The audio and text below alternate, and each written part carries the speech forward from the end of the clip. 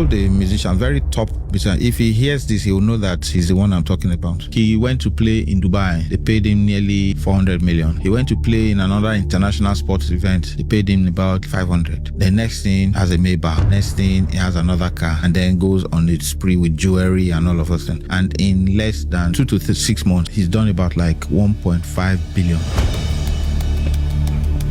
Would have bought land and done an event center and put a powerful studio upstairs. People will come there and shoot and do their music, this thing, the venue, and then even bring money enough him to buy anything he wants to buy. Then it was time for him to get married and he had to use the hall. But if we built the hall, he wouldn't have needed to spend the money for the hall. Asake wanted to do his concert in London and applies to a bank and says, I need a loan of 1 billion. I want to organize a concert in London. They won't give him because it's Asake, right? A car dealer goes to the bank and says, I want to import 12 cars. They will give him the money. He will bring the cars in and put it in his shop. He can't sell them in 1 week. The cars will be in the shop for sometimes 6 months. You drive past car shops, you see how they sometimes 6 months, 1 year. He still not sold some of those cars. Asake's concert is 1 day. He'll make 2 billion. Aliko had some friends who came in and they wanted to go to where the rich men relax in Lagos. There was nowhere he could take them to. Is it Ikoyi Club? They're talking of Russian oligarchs that want to go to a place where big men relax. Ikoyi Club? No. They ended up going on his boat. When you want to invest in real estate, don't be thinking about sleeping area alone. Invest in other things. A school is real estate. What they're doing in it is just different. A bank is real estate. What they're doing inside it is just different. But we're limited to thinking once you say real estate, it is where people are staying. A casino is real estate. Build the real estate to suit the purpose that the people need it for. Real estate was so scarce. They burned Jesus for manger.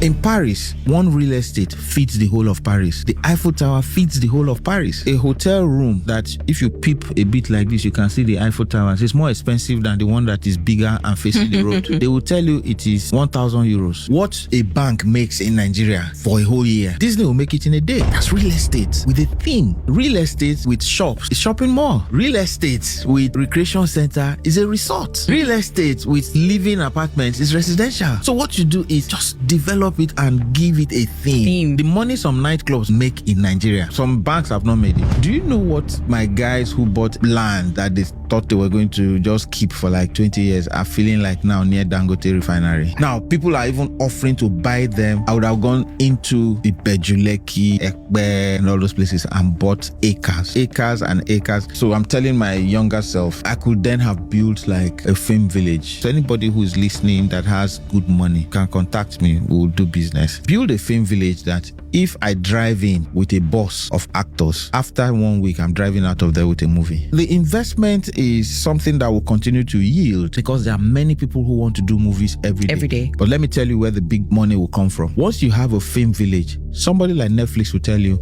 want to lock the place down for 2 years. It's like a police station. There must be a case. If you know that your cousin is not a good doctor, when you are sick, you won't tell them to take you to the doctor. If you know that you have somebody that doesn't know how to cook, when you are very hungry, that's not the person that you go to. The ones who like to cut corners and not do anything and want to go into shady deals find out that they've had their fingers burnt different ways and they still don't learn. This land, you're not supposed to buy it, you then buy it. Because government is not saying anything at the time. You start building your places and the next thing you see that after 15 years, one new government comes and wakes up, which is what is happening in Festac now. People are now being sentimental. Oh, you can't throw people out.